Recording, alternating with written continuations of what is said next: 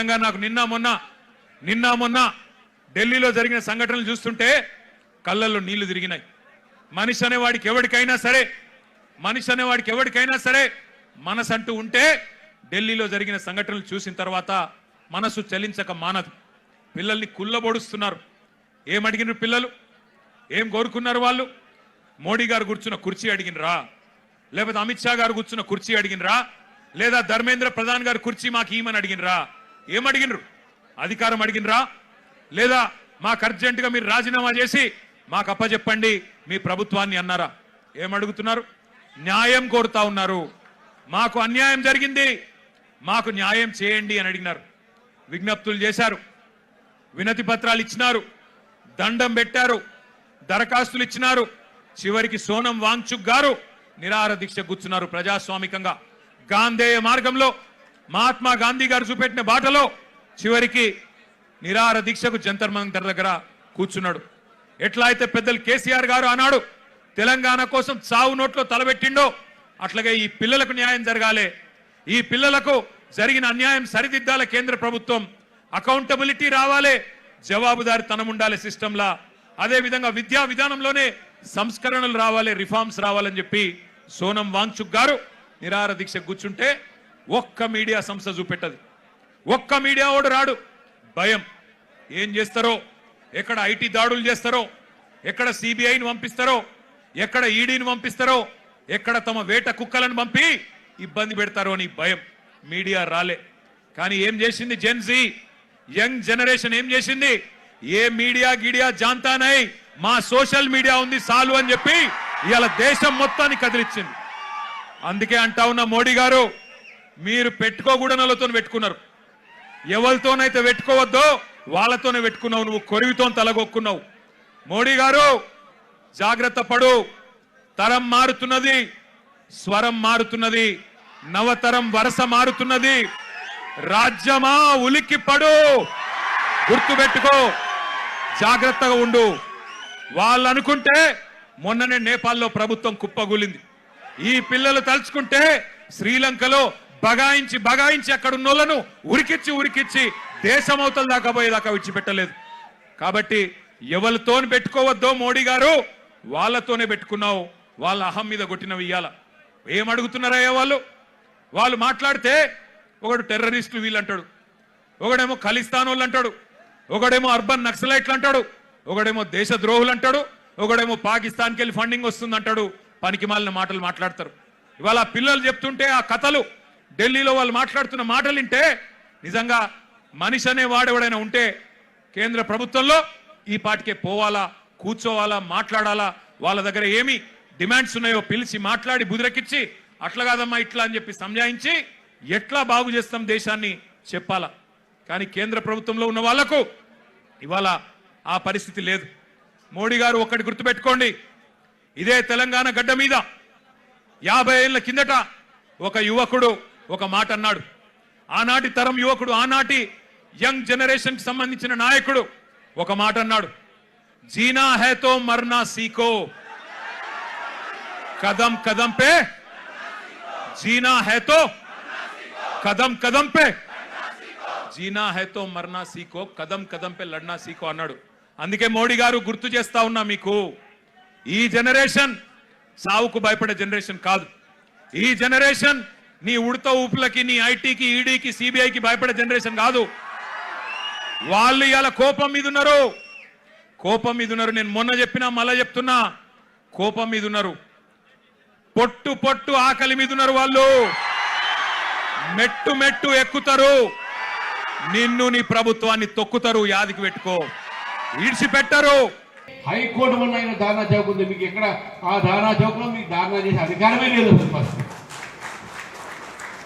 ఈరోజు నీటి లీకేజ్ గురించి మాట్లాడుతున్నారు. గ్రూప్ 1 లీకేజ్ అయింది మీ దగ్గర కదా, దాని గురించి ఎందుకు మాట్లాడు కేటీఆర్ గారు అని చెప్తా ఉన్నాను.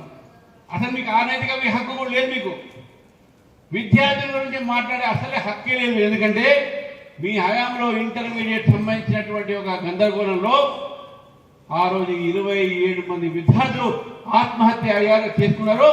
ఆ చావు అన్నిటి కారణాలు మీరు, మీ ప్రభుత్వం అని చెప్పేసి కూడా తెలియజేస్తుంది. మీకు ఏం అధికారం ఉందని చెప్పేసి ఈరోజు ధారణ పెట్టారు. అసలు బీఆర్ఎస్ క్యాడర్ లేదు. అక్కడ పోయిన వాళ్ళందరూ కూడా ఎమ్మెల్సీ కాంగ్రెస్ వాళ్ళే.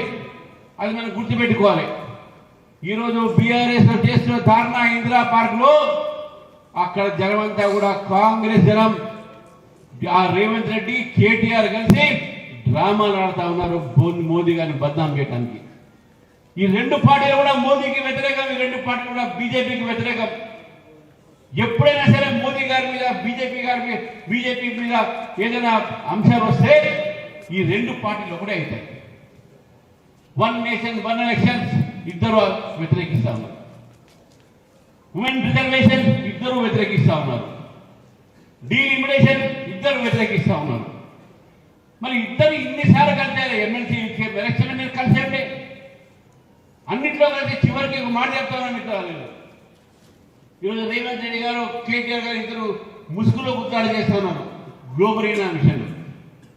ఈ గ్లోబరీనా కంపెనీ అది ఎవరిది ఏంటి దాని మీద నేను మాట్లాడగానే ఆ company intermediate election exams results గందరగోళం చేసిన తర్వాత 27 మంది ఆత్మహత్య చేసుకున్న తర్వాత ఆ కంపెనీని బ్లాక్ లిస్ట్ చేస్తే ఒక కొత్త పేరు పెట్టుకున్నారు కోయంప్ట్ అని. ఆ కోయంప్ట్ కంపెనీకు ఇదే గ్లోబరైన పేరు మార్చుకునే కోయంప్ట్కు కర్ణాటకలో ఉన్న కాంగ్రెస్ పార్టీ మన కర్ణాటకలో ఉన్న కాంగ్రెస్ ప్రభుత్వం రేవంత్ రెడ్డి గారి సిఫారసులో వాళ్లకు కాంట్రాక్ట్ ఇచ్చారు. అక్కడ ఎగ్జామినేషన్ రిజల్ట్స్ కోసం అక్కడ ఇంట్రెస్ట్ పెడుతున్నది కోయంప్ట్ కంపెనీ, గ్లోబరీనా కంపెనీ. ఇది కాదని చెప్పండి ఇద్దరికి స్టేట్మెంట్ ఏమని చెప్పండి. గ్లోబరీనా కంపెనీ అక్కడ బ్లాక్ లిస్ట్ అయిన తర్వాత వారు పేరు మార్చుకొని కర్ణాటక ప్రభుత్వం అదే కంపెనీకు ఎగ్జామినేషన్ సంబంధించినటువంటి ఒక పని ఇచ్చింది. కాంగ్రెస్ పార్టీ బీఆర్ఎస్ పార్టీ తెలంగాణలో విద్యా వ్యవస్థని ధ్వంసం చేశారు, బస్సు పట్టించారు.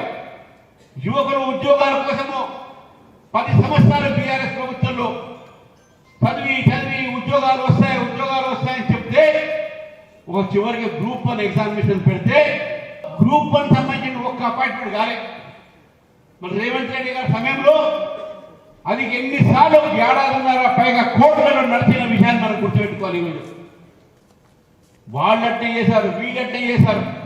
వాళ్ళు యువకులకు మోసం చేసి ఉద్యోగాలు ఇవ్వలేదు, వీళ్ళు కూడా యువకులను మోసం చేసి ఉద్యోగాలు ఇవ్వలేదు. ఆ రోజు కేసీఆర్ గారు 3,000 రూపాయలు నిరుద్యోగ భత్తా ఇస్తాడు. ఈ పెద్ద మనిషి మహానుభావుడు ఎలక్షన్స్ లో నేను 4,000 ఇస్తాడు. 4 రూపాయలు కూడా ఇవ్వలేని పరిస్థితిలో ఈయన ఇప్పుడు. ప్రభుత్వ ఉద్యోగస్తులకు ఈరోజు రిటైర్మెంట్ అయితే రిటైర్మెంట్ బెనిఫిట్స్ లేవు. ప్రభుత్వ ఉద్యోగస్తులకు 6 డిఏలు రావాలి. పిఆర్సీ ఎప్పుడు ఇంకా అమలు కాలేదు. పిఆర్సీ అమలు కాలే, డిఏలు కూడా 6 డిఏ రావాల్సిన పరిస్థితిలో ఈరోజు ప్రభుత్వ ఉద్యోగస్తులు ఈ ప్రభుత్వ నిర్ణయం కోసం ఎదురు చూస్తా ఉన్నారు. రెండు ప్రభుత్వాలు కూడా ఈరోజు బీఆర్ఎస్ ప్రభుత్వం, కాంగ్రెస్ ప్రభుత్వం ఈ రెండు తీరును కూడా ప్రజలు గమనించారు తెలంగాణలో. అందుకే భారతీయ జనతా పార్టీ వాళ్ళు చూస్తా ఉన్నారు.